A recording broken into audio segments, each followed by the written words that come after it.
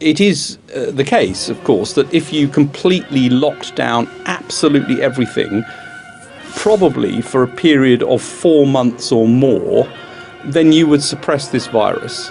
All of the evidence from previous epidemics suggests that when you do that and then you release it, it all comes back again. As the government prepares to reopen Australia, there are fresh concerns the move could spark a second wave of infections. I've been quite fascinated by what's going on in Australia, I think because we contained it and then it's now kind of seeping out again. A renewed surge in coronavirus cases has left officials with no other choice but to seal off the Victorian state from the rest of the nation. We closed it and now we open it. I think the second wave has begun. We're opening up across the country. This morning, the City of Lights waking up energized, reopening after 8 weeks under one of the strictest lockdowns in Europe.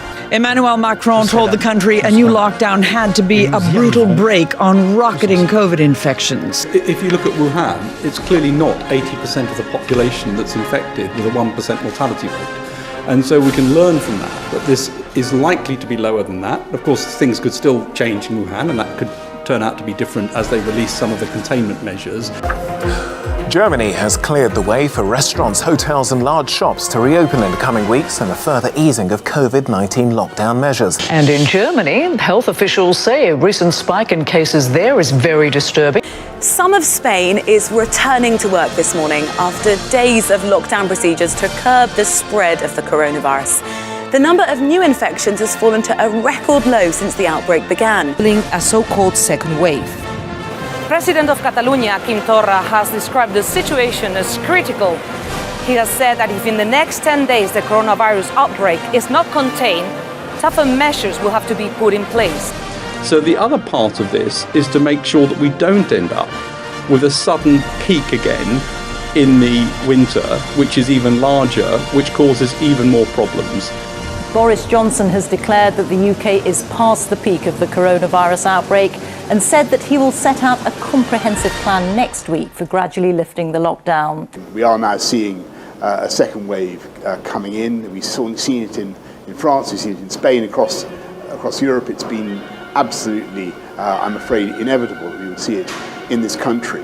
What we've got to try and do is get to the absolute edge of what we can do in terms of opening up the society and the economy without getting to the point where the virus starts to take off again. Because if you do too much in terms of opening up, the virus will come back.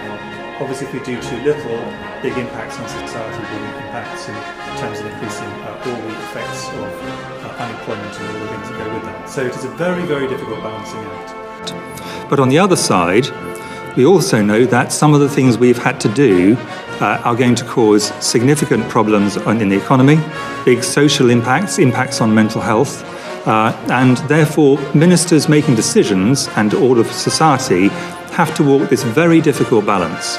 If we do too little, this virus will go out of control and we will get significant numbers of increased direct and indirect deaths. But if we go too far the other way, then we can cause damage to the economy, which can feed through to unemployment, to poverty, to deprivation, all of which have long-term health effects. So we need always to keep these two sides in mind. The OECD, the organisation that brings together some of the world's richest nations, is predicting that the British economy could shrink by 11.5% this year or more if there's a second wave of coronavirus infections. It predicts Britain will experience one of the worst economic downturns of any developed country in the world.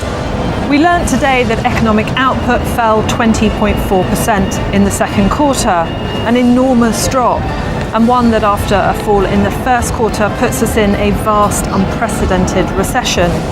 But we knew that already, really. We saw what weeks of lockdown did for economic activity. And what you can probably see there, if you compare that line, keep an eye on the line in comparison with other points, financial crisis barely gets anywhere close, down by about maybe 4% during the financial crisis. This is worse than the 1990s, the early 90s. Remember Black Wednesday, the UK leaving the ERM? This is a lot worse than that. It's worse than we saw in the 1970s and the 1980s. Just look, those lines going, those bars not going anywhere near near this line of 11.3, minus 11.3%. In fact, we've got to look back even further. I'm going to scroll this on so we look all the way back. You can see we're going back through into history now to this is World War II. This is worse than World War II from the economic perspective in terms of that 1 year fall. Worse as well. You can see over there, 1921. That was post-World War I demobilisation. A terrific recession back then. This is even worse than that. In fact, we're going to go back even further through the mists of time, looking all the way back, scrolling back to here, 1709, the Great Frost of 1709. You can see that is the last time that these bars were any lower than what the OBR is now forecasting for this year. A staggering number, really, historically almost unprecedented. And when you consider that, 1709, it wasn't really a modern economy, that's something to bear in mind. There are a lot of physical risks. What they have found is stress, we know, increases cholesterol. So there's increased cholesterol in these people.